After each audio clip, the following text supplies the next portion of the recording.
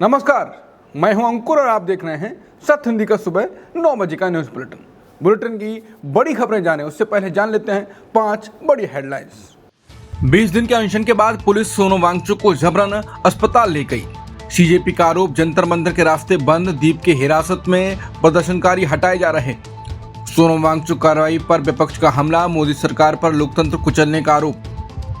देहरादून में राहुल का बड़ा हमला, पेपर लीक पर सरकार को कटघरे में खड़ा किया। बुलेट ट्रेन पर जापानी पूर्व मंत्री के आरोपों पर केंद्र का जवाब, कांग्रेस ने मोदी सरकार को घेरा। 20 दिन के अनशन के बाद 20 जुलाई संसद मार्च से पहले पुलिस सोनम वांगचुक को जबरन अस्पताल ले गई। दरअसल दिल्ली के जंतर मंतर पर शनिवार सुबह तब अचानक हलचल बढ़ गई जब पुलिस वहां मंच पर चढ़ गई और सोनम वांगचुक को चारों तरफ से घेर लिया। इसके बाद उनको अस्पताल ले जाया गया। इस दौरान प्रदर्शनकारियों ने नारेबाजी भी की। पुलिस का कहना है यह कदम उनकी बिगड़ती सेहत को देखते हुए उठाया गया। पुलिस ने बार बार बताया कि कार्रवाई हाईकोर्ट के निर्देश के मुताबिक की जा रही है। बता दें, कल ही अनुराग कुमार को दिल्ली का नया पुलिस कमिश्नर बनाया गया था और आज ये कार्रवाई हुई। वहीं दिल्ली हाईकोर्ट वांगचुक की हालत पर चिंता जता चुका है। कोर्ट ने कहा था कि हर नागरिक की जान कीमती है, इसलिए उनकी रोज मेडिकल जांच होनी चाहिए। अगर जरूरत पड़े तो तुरंत इलाज भी कराया जाए। ये सब 20 जुलाई को संसद मार्च से पहले किया गया है। प्रदर्शनकारियों ने 20 जुलाई को संसद मार्च का ऐलान किया है और सभी राजनीतिक दलों से इसमें शामिल होने की अपील की है। सीजेपी के संस्थापक अभिजीत दीपके ने कहा कि उन्हें पीटा गया और वो पुलिस की हिरासत में है। दीपके ने एक्स पर पोस्ट कर बताया कि मुझे पीटा गया है और मैं दिल्ली पुलिस की हिरासत में हूं। इससे पहले सीजेपी ने कहा था कि अभिजीत दीपके को प्रदर्शन स्थल लौटने से रोक दिया गया था। सीजेपी के प्रवक्ता सौरभ दास ने कहा कि सीजेपी के संस्थापक अभिजीत दीपके को प्रदर्शन स्थल आने से रोक दिया गया। उनके मुताबिक दीपके को झंडेवाला से जंतर मंतर लौटने नहीं दिया गया। वांगचुक के अस्पताल ले जाने के बाद पुलिस जंतर मंतर से प्रदर्शनकारियों को हटा रही है। वहां मौजूद प्रदर्शनकारियों को एक एक करके हटाया जा रहा है। कई प्रदर्शनकारियों ने इसका विरोध भी किया। मौके पर पुलिस और प्रदर्शनकारियों के बीच बहस भी हुई। हालांकि पुलिस ने कार्रवाई जारी रखी। इसके बाद जंतर मंतर का प्रदर्शन स्थल लगभग खाली कराया जा रहा है। सीजेपी ने आरोप लगाया है कि जंतर मंतर के सभी रास्ते बंद कर दिए गए हैं। पार्टी के प्रवक्ता आशुतोष रांका ने यह दावा किया। उन्होंने सोशल मीडिया प्लेटफॉर्म एक्स पर पोस्ट किया। रांका ने आरोप लगाया कि दिल्ली पुलिस ने अपने असली रंग दिखा दिए हैं। उन्होंने कहा कि जंतर मंतर जाने वाले सभी रास्ते बंद हैं। इससे प्रदर्शनकारियों को वहां पहुंचने में दिक्कत हो रही है। आशुतोष रांका ने लोगों से शांतिपूर्ण प्रदर्शन की अपील भी की। उन्होंने कहा कि सभी लोग सड़कों पर उतरे। रांका ने यह भी दावा किया कि उन्हें नहीं पता सोनम वांगचुक को कहां ले जाया गया है।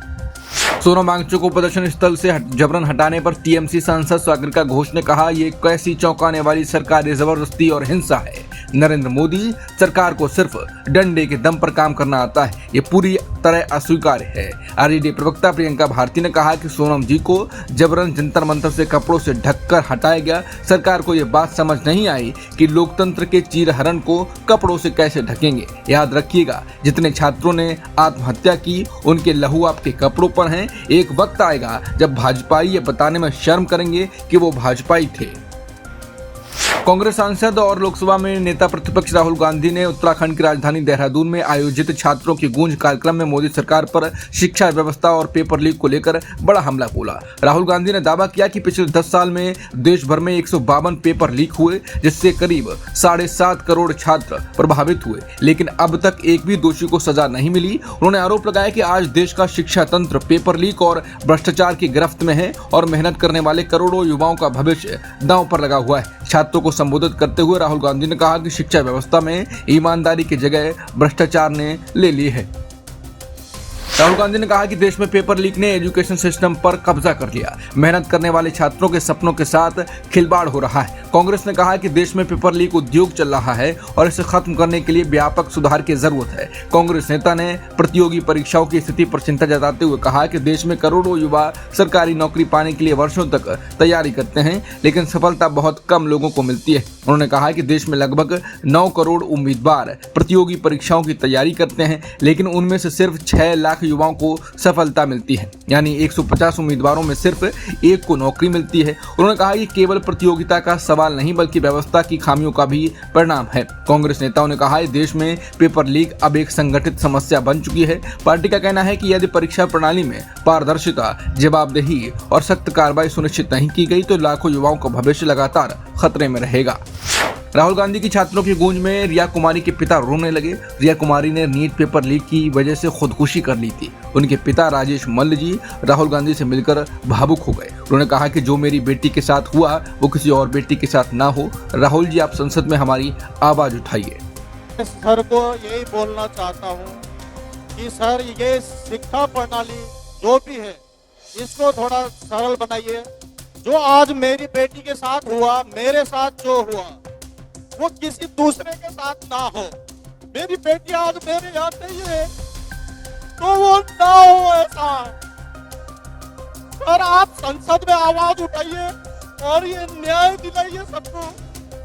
ऐसा किसी बच्चे के साथ ना हो। मैं बस यही आपसे विनती करता हूँ सर। मेरी बेटी मुझे बहुत प्यारी थी। मैं नहीं रह पा रहा हूँ उसके बिना।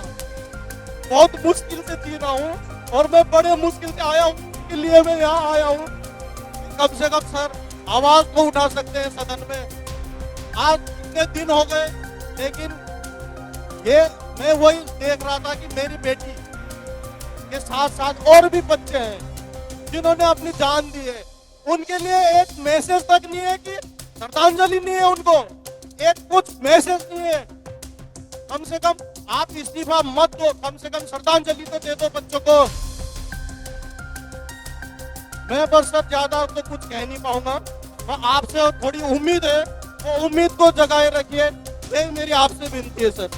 जापान के पूर्व मंत्री हिदेकी माकिहारा ने बुलेट ट्रेन प्रोजेक्ट को लेकर भारत पर गंभीर आरोप लगाए। माकिहारा ने एक्स पर पोस्ट कर लिखा कि भारत में शिकानसेन परियोजना में मैं खुद भी शामिल था, लेकिन अंतर्राष्ट्रीय बैठकों और बातचीत के दौरान सबसे ज्यादा जो बात सामने आई वो भारतीय पक्ष का रवैया था। मेरे अनुभव में वो कई बार किए गए वादों पर कायम नहीं रहे, कई बार समझौते के बाद भी अपनी बात बदल दी गई और आखिर तक अपने हितों को आगे बढ़ाने की कोशिश करते रहे। परियोजना से जुड़े मंत्री का रवैया भी अच्छा नहीं लगा। अगर शीर्ष स्तर पर ऐसा व्यवहार हो तो अच्छी साझेदारी करना मुश्किल हो जाता है। माकिहारा ने आगे लिखा कि इस परियोजना में पूरी मेहनत और ईमानदारी से काम करने वाले जापानी लोगों के सम्मान में मैं कहना चाहता हूं कि मेरे अनुसार इस परियोजना के आगे नहीं बढ़ पाने की पूरी जिम्मेदारी भारतीय पक्ष पर है। माकिहारा का दावा है कि प्रधानमंत्री ताकाइची की भारत यात्रा से भी कोई खास नतीजा नहीं निकला। खबर का दावा है कि भारत की बुलेट ट्रेन परियोजना में सुरक्षा के लिए अहम सिग्नल सिस्टम से जापान को बाहर कर दिया गया।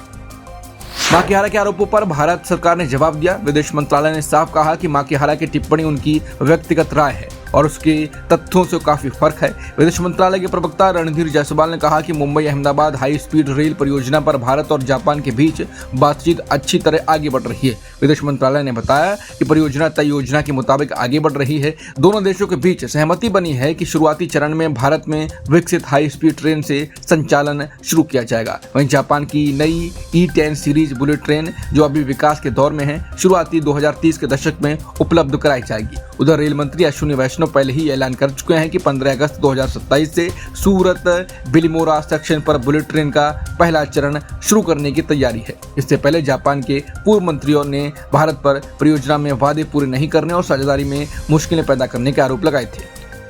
माकिहारा के आरोपों पर भारत में विपक्ष पीएम मोदी को निशाने पर ले रहा है। कांग्रेस नेता सुप्रिया शिनेत ने एक्स पर लिखा कि वो वहां मोदी जी वहां। जापान के पूर्व मंत्री ने भारत जापान शिकानसेन यानी बुलेट ट्रेन परियोजना में मोदी के लिए देरी के लिए न सिर्फ भारत को जिम्मेदार ठहराया है बल्कि मोदी सरकार और उनके मंत्रियों की कलाई खोलकर रख दी है। प्रभारी रेल मंत्री उर्फ रेल मंत्री हैं सुप्रिया शिनेत का कहना है कि कितने शर्म की बात है कि इतने महत्वपूर्ण इंफ्रा प्रोजेक्ट को इतने गैर जिम्मेदाराना तरीके से संभाला गया, जिस बुलेट ट्रेन को न्यू इंडिया की पहचान बताया गया।